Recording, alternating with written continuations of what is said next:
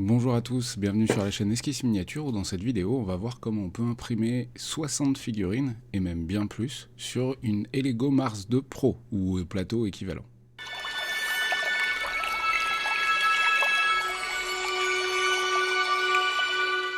Alors comme certains d'entre vous le savent, je suis toujours en recherche de nouvelles techniques, de nouveaux trucs pour optimiser la quantité de matière dépensée dans le cas de l'impression 3D de figurines, pour optimiser le temps, la dépense d'énergie aussi beaucoup. D'améliorer un petit peu les choses, en tout cas pour mon quotidien de mes ventes de figurines, mais si ça peut servir à d'autres, eh ben c'est parfait.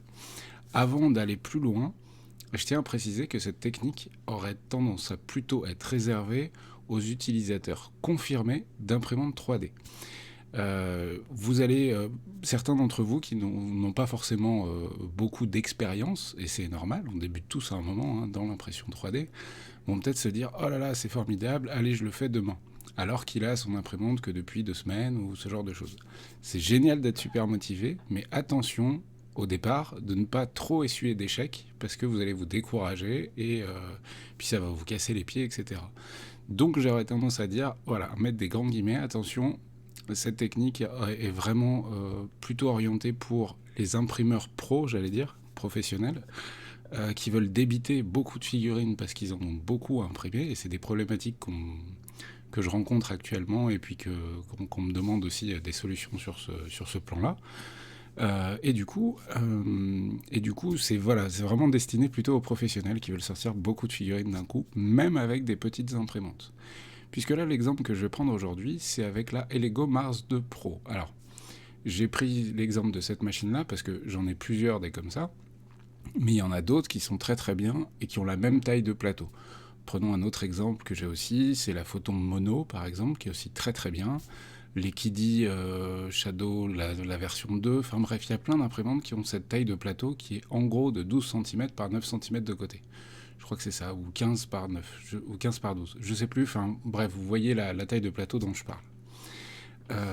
Je prends cet exemple-là, pourquoi? Parce que c'est les plus répandus. On va pas se mentir, c'est aussi pour que ce soit utile à vous, qui êtes la majorité des gens, les amateurs passionnés, pour que ça vous serve à vous. Parce que là, pour ce test-là, cette vidéo, donc j'imprime 60 figurines sur un plateau d'Elego Mars 2 Pro en une seule fois. C'est un seul print qui sort 60 figurines d'un coup sur une Elego Mars 2 Pro en 8 heures de print. 8 heures de print, c'est même relativement élevé, compte tenu du fait que j'utilise de la TGM7, une résine qui coûte très cher, mais qui est de très bonne qualité, et qui demande des réglages un petit peu plus pointus et un petit peu plus longs. Elle va être un petit peu plus longue à polymériser. Si vous faites ce genre de choses et que vous arrivez à le faire avec des résines plus abordables et plus répandues, la Anycubic, ce genre de choses, vous aurez probablement un temps de print plutôt autour de 6 heures. Moi, je mets 8 heures pour sortir 60 figurines. Donc sur la Lego Mars 2 Pro, et là c'est pas optimisé. Voilà, ça c'est un point aussi que je tiens à préciser, c'est que je vais refaire des tests, et d'ailleurs peut-être qu'en fin de vidéo je vais vous les montrer, avec encore plus de figurines sur un plateau de Lego Mars 2 Pro. Je pense que je peux monter à 120 figurines sur un seul plateau en un seul print, sans avoir à remettre de résine. Ça aussi c'est une problématique qu'il ne faut pas oublier. Ce qu'on va faire, c'est qu'on va voir concrètement comment j'ai procédé, mais vous allez voir qu'en fait c'est très simple, et tout ça est parti de mon amour pour le 1/72e, ce avec quoi j'ai pas vraiment débuté avec le 1/72e, j'ai débuté même avant avec le 15 mm, mais le 1/72e j'y suis venu très très vite. Italieri, Revell, Airfix, Zvezda et j'en passe, et en fait tout ça c'est livré sur des grappes de figurines. Parce que c'est injecté en plastique. En gros, c'est un moule qui a deux parties, qui est fermé intégralement. Donc vraiment, c'est étanche, quoi. Il y a un petit tuyau de plastique chaud qui arrive à l'intérieur, et paf, c'est envoyé d'un coup à l'intérieur. C'est projeté en plastique, donc dans toutes les formes du moule. Le moule s'ouvre et la grappe tombe, puisque ça refroidit très très vite. Et avec cette technique-là, on peut sortir une grappe en, je crois que c'est 2 ou 3 secondes, donc ça va très très vite, ça débite, paf, paf, paf, paf, toutes les 3 secondes, on a une grappe de figurines. Mais encore une fois, ça c'est pour de la production de masse, et on a une qualité qui est bonne, mais qui aujourd'hui en résine, on peut mieux faire. Donc Et puis c'est surtout pour de la production vraiment de masse. Donc je suis parti de cette idée de grappe. Vous avez vu que j'ai fait récemment les plaquettes maquettes là, avec des planches, avec des poutres IPN, il y a des fenêtres et des portes qui arrivent bientôt, bref. Et du coup je me suis dit, allez go, on va le faire pour des figurines. Donc en fait, on va créer une grappe de figurines qui va donc être verticale, vraiment verticale sur la partie haute. Et on va l'imprimer comme ça, telle quelle. Donc on va devoir créer des supports entre les figurines, exactement comme une grappe de figurines à 72e, ou comme une grappe d'ailleurs de figurines Games Workshop. Je suis en train de tilter, mais c'est la même chose, hein. Elles sont aussi livrées de la même manière. On va créer une grappe comme ça, donc avec des supports qui maintiennent le tout, puisque nous, contrairement à l'injection de plastique, on a les lois de la gravité, vu que c'est imprimé à l'envers, qui fait que plus on monte, plus il va y avoir du poids sur l'ensemble des supports, et du coup il faut faire des supports relativement costauds dans l'ensemble pour que ça tienne tout le poids de la grappe. Donc on va créer cette grappe, on va tester de l'imprimer, alors je vais faire un plateau sécure au début, et puis on va pousser un petit peu la quantité de figurines qu'on peut mettre sur le plateau d'une petite Lego Mars 2 Pro. Dernier point avant de passer sur le PC, encore une fois, Lego Mars 2 Pro, petit plateau, mais sur une Saturn, on pourrait faire du coup 3 fois plus en quantité, donc plus de 300 figurines en un seul print. Vous avez bien entendu, hein, 300 figurines en 8 heures sur une seule imprimante Saturn. Et sur la Jupiter, là on peut atteindre les 1000 figurines, en gros, hein, 1000 figurines en un seul print. Et en 8 heures du coup. 8 heures de print, en 8 heures on sort 1000 figurines, identiques ou pas, bref, à condition de passer du temps à préparer ces grappes et à faire en sorte que tout ça se passe bien. Allez, on passe sur l'ordi. Alors ici, donc, je vais prendre l'exemple de figurines qui sortent au mois de mars 2022, à savoir des parachutistes anglais. Comme vous pouvez le voir, j'ai déjà placé les figurines en 3 dimensions. Ici, on est sur un seul et unique objet 3D. Il a du vide entre, pour le moment, mais ce n'est qu'un seul et unique objet 3D. Évidemment, je peux le dissocier en plusieurs parties. Hop, pour pouvoir déplacer ma figurine, la réorienter comme j'ai envie, bref, faire absolument ce que je veux avec tout ça. L'important au moment de la création de cette grappe va être de vous mettre un repère, ça c'est indispensable, un repère qui peut faire que même pas 1 millimètre de large en fait, on s'en fiche. Ce que je vais faire, c'est que je vais le faire en direct, ce sera encore plus clair. Donc un repère qui va représenter votre point central de grappe en fait. En gros c'est ça. Et grâce à ce repère, vous allez ensuite placer vos figurines, de sorte à ce qu'elles soient équilibrées, aussi bien à gauche qu'à droite, pour que le poids soit maintenu de manière à peu près, je dis bien à peu près, hein, équivalente d'un côté comme de l'autre, puisque si je mettais la grappe ici, j'aurais beaucoup plus de poids à gauche qu'à droite, et inversement dans l'autre sens. Si je place ma grappe à peu près au centre, j'ai une idée de répartition du poids qui sera plus honnête, et ce sera aussi vrai pour les supports, etc.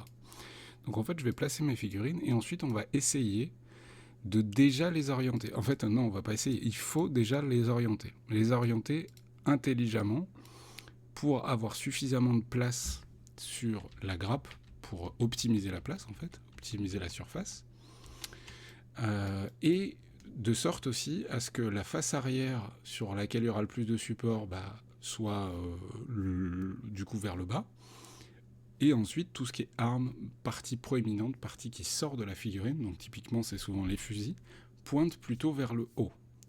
N'oubliez pas que là on travaille à l'envers, puisqu'ensuite cette grappe, elle va s'imprimer littéralement comme ça. Elle va sortir comme ça du plateau. Okay, et les supports sont sous les pieds, etc. Donc en fait là on le voit bien maintenant que je l'ai mis dans ce sens-là, que les fusils pointent plutôt vers le bas. Alors ils ne sont pas parfaits pour la verticale, mais c'est pas grave, là c'est suffisant. À part certains pour lesquels j'ai pas pu le faire, mais dans l'ensemble c'est largement suffisant. Donc j'ai fait un placement. Vous avez vu que j'ai laissé un écart quand même assez important parfois entre certaines figurines. Mais en fait, déjà ça c'est pour le test. Et ensuite, il faut aussi pas trop les serrer non plus, parce qu'il faut penser à la phase de dégrappage, à la phase où on va les retirer des supports en fait ensuite à la fin du print. Et si on les serre trop, les supports vont être trop serrés les uns les autres, et on risque d'abîmer la figurine, de créer des marques sur la figurine. Alors que là, le but c'est qu'elle sorte nickel. Ensuite, une fois qu'on a fait ça, au niveau du repère, si le point important, c'est aussi de faire un repère qui ne dépasse pas la taille du plateau de votre imprimante résine, bien évidemment. Faites pas une grappe de 8 km de large si votre plateau d'imprimante 3D ne fait pas 8 km de large. Et ensuite, on va passer sur Litchi Slicer. Sur Litchi Slicer, on va volontairement mettre des supports entre toutes les figurines, tout simplement. Voilà, c'est aussi simple que ça. C'est aussi simple que ça. Donc on met des supports. Il faut le faire manuellement parce que Litchi Slicer, là, il comprend pas trop ce que c'est que l'objet. Et c'est logique, c'est légitime. Hein. Litchi Slicer n'est pas fait pour imprimer des grappes. Donc en fait, on va vraiment les placer une par une. Donc c'est un petit peu long, ça demande un peu de temps. C'est du temps de préparation qu'on économise ensuite en fait sur la phase de post-traitement, puis même le temps d'impression et surtout la quantité de résine dépensée. Parce que là, en termes de quantité de support, finalement, pour 60 figurines, il n'y en a pas beaucoup. Le seul truc qui prend le plus de résine, en fait, c'est ces supports latéraux que je vais vous montrer, ici. Normalement, ça va être bon. Voilà. Donc, j'ai placé les supports sur Litchi Slicer. Litchi Slicer ne m'a pas placé ces supports latéraux ici. Hop, d'ailleurs, je vais les dissocier tout de suite pour que vous puissiez voir. À la base, Litchi Slicer, il m'a sorti un fichier STL comme ça. Et c'est normal puisque on ne peut pas forcément lui indiquer que c'est une grappe. Voilà, ça c'est le fichier officiel de Litchi Slicer. D'expérience, je sais que ça, j'avais peur en fait, je suis pas sûr de mon coup à 100% là, sur ce que je vous dis, c'est des expérimentations. J'avais peur qu'au vu du poids total de cette grappe, cette quantité de support que vous voyez sur la partie basse ne soit pas suffisante pour supporter le tout, et que donc j'ai des problèmes de décollement. Donc en fait, j'ai assuré la chose en créant un support bien plus large, légèrement arrondi sur les bords, et qui fait 0,3 d'épaisseur. Ouais, c'est ça. Et qui fait 0,2 d'épaisseur, 0,2 mm, donc 200 microns d'épaisseur. Ça va être ma base d'accroche, vraiment la zone d'accroche globale de la grappe. Une fois que j'ai fait ça, j'ai ensuite placé ma grappe par-dessus.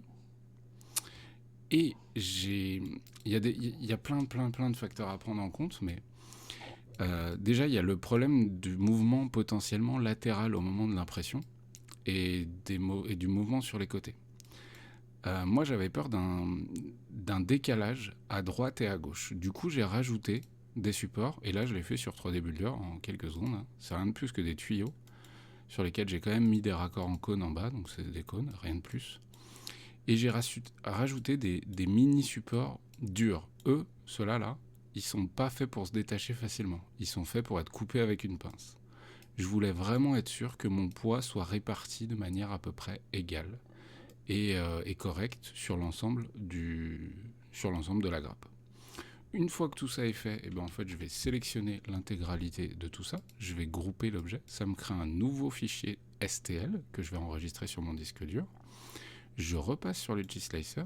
Et ici, je l'ai donc multiplié par 5. Encore une fois, c'est pour sécuriser le plateau, parce que je pourrais faire bien plus que ça. Pour sécuriser le plateau, j'en ai fait 5. Il y a 12 figurines sur une grappe. Donc on est bien à 60 figurines la grappe. Ce que je vous propose maintenant, c'est que ensuite pour les réglages, je ne vais pas rentrer dans le détail parce que chacun a des résines différentes, etc. Moi, j'utilise de la TGM7, comme je vous l'ai déjà dit. Mes réglages, je sais qu'ils sont bons, je sais qu'ils marchent, je sais que mon imprimante, elle n'a pas de problème. Enfin, mes imprimantes n'ont pas de soucis. Donc je sais que c'est un print, normalement, si mes supports tiennent le coup, le print va fonctionner. Je vous propose qu'on regarde ça ensemble.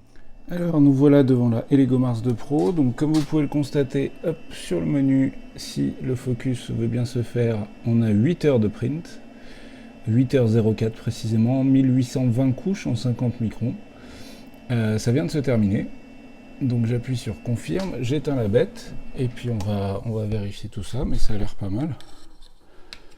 Ça a l'air pas mal, alors encore une fois on a sécurisé un petit peu la chose, hein. On aurait pu en imprimer bien plus d'un coup. Mais le but était d'assurer le plateau, en tout cas pour ce print, et ce test-là, d'être sûr de notre coup. Bah écoutez, on est pas mal. On est franchement pas mal, puisqu'on a donc 5 rangées de 12 figurines. Donc là, c'est des Anglais qui sortent au mois de mars, là, bientôt. Donc on a bien 5 x 12, 60 figurines sur le plateau. Je vais nettoyer ça au wash et on va vérifier que tous les détails sont bien présents, tout simplement, sur l'ensemble.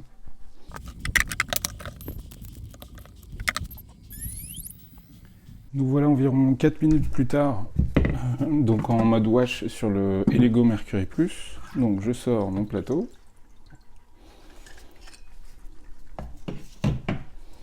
Je le laisse égoutter toujours un peu.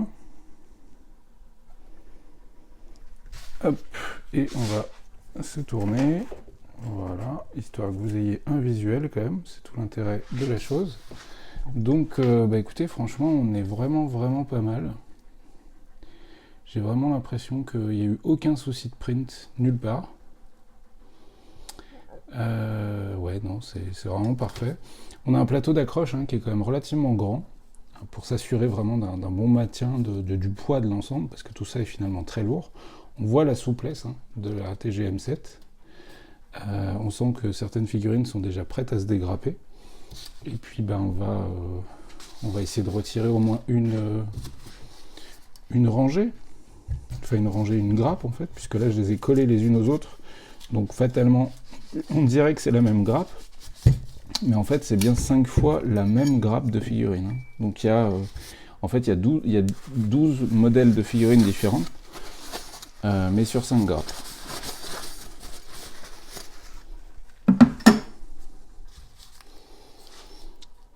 Hop. Donc comme vous l'avez vu juste avant sur les supports, il y a des endroits où j'ai mis des supports durs, juste là, donc c'est pas des vrais supports en fait. Au niveau du pied, c'est vraiment un truc à dégrapper, comme sur une maquette de figurines que vous connaissez forcément. Il y en a également un sur ce pied-là. Encore une fois, c'était pour assurer le poids du maintien de l'ensemble. Et puis après, normalement, hop, et voilà. Et on a une figurine. Alors j'ai juste un support sous le fusil à retirer. Et quelques supports au niveau du casque, mais dans l'ensemble, rien de fou. Et là, on a une figurine qui est prête. Vous voyez, il y a des mini supports au niveau de la tête. Mais dans l'ensemble, c'est pas mal. Hop. Et du coup, voilà, on a une autre figurine qui a des supports sur le dessus, forcément, puisqu'elle maintenait celle du dessus. Mais c'est vraiment pas un problème, puisqu'on va les retirer pour voir ce que ça donne. On va vérifier que ça laisse pas des traces trop violentes. Mais j'ai l'impression que, franchement, c'est cool. Voilà, écoutez, encore un moyen de faire une quantité de figurines juste folle en très peu de temps. Ce que je vais faire, c'est que je vais dégrapper juste une devant vous pour vous montrer. Hop. On va retirer ça. Alors oui, il y avait les supports que j'ai rajoutés donc au niveau... Alors l'avantage c'est que je m'en souviens au niveau de la veste, au niveau du pied, et ensuite après les autres partent tout seuls. Pareil là, ça part tout seul.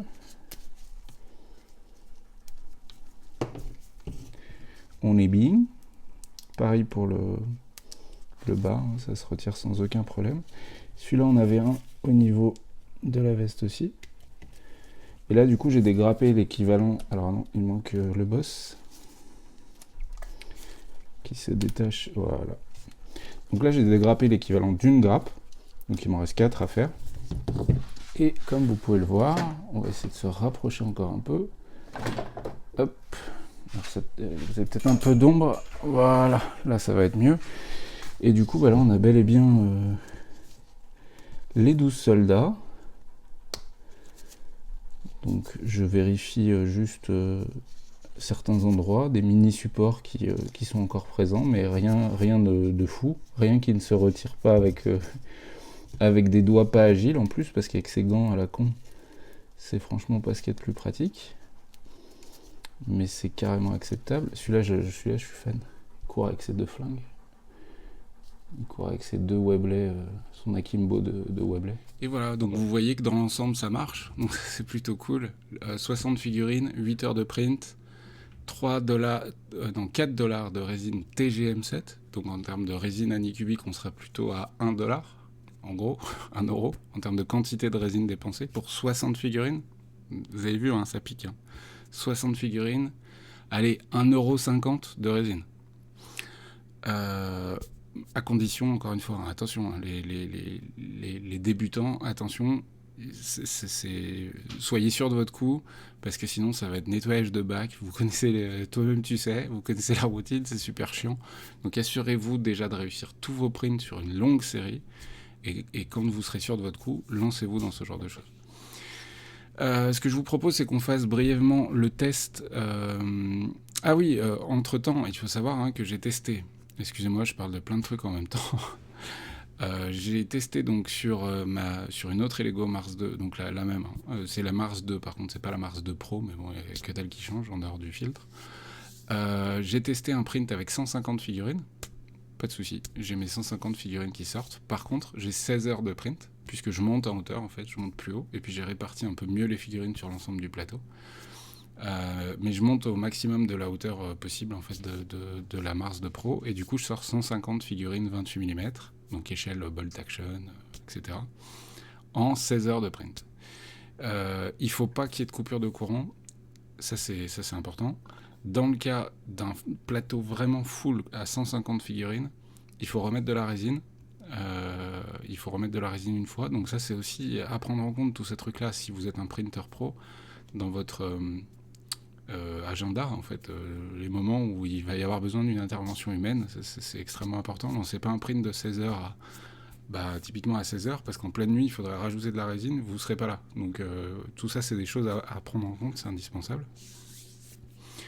Et puis voilà, et puis ensuite terminons avec, comme je vous l'ai dit, si j'arrive à sortir 150 figurines en 16 heures sur une Elego Mars 2 Pro en un seul print, hein, ça c'est important parce que c'est tout l'enjeu de cette vidéo, c'est en un seul print, pour avoir qu'une seule manœuvre à la fin. Sur une Saturn, je peux en sortir 600 en 16 heures.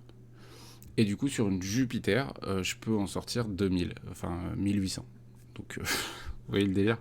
Je peux sortir un peu moins de 2000 figurines sur une Jupiter en 16 heures. Moi, je trouve ça ouf.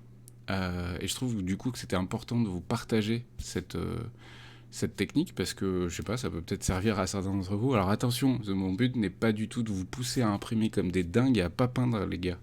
On peint ses figurines et on joue avec des figurines peintes. Mais vous voyez le concept, le but était surtout de partager ça. Et puis il y a quand même beaucoup de fermes 3D là qui se montent à droite à gauche pour imprimer pour les autres.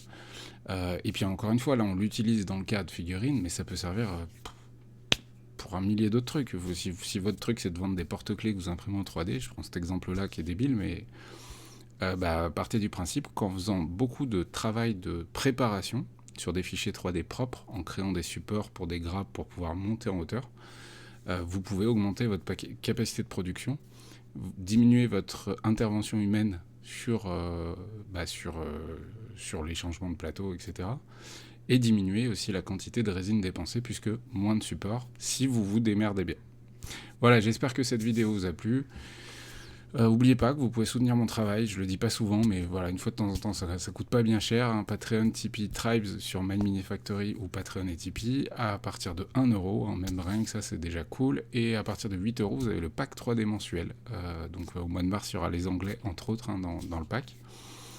Merci à tous ceux qui le font déjà, c'est grâce à vous hein, que je continue à travailler dur pour essayer de vous fournir des figurines de qualité, et puis j'essaie de monter en qualité de sculpture. C'est vraiment petit à petit, mais c'est grâce à vous que je peux continuer à progresser, donc merci à tous. Je vous souhaite bonne peinture et bon jeu, et puis on se retrouve très vite pour des nouvelles vidéos. Ciao ciao.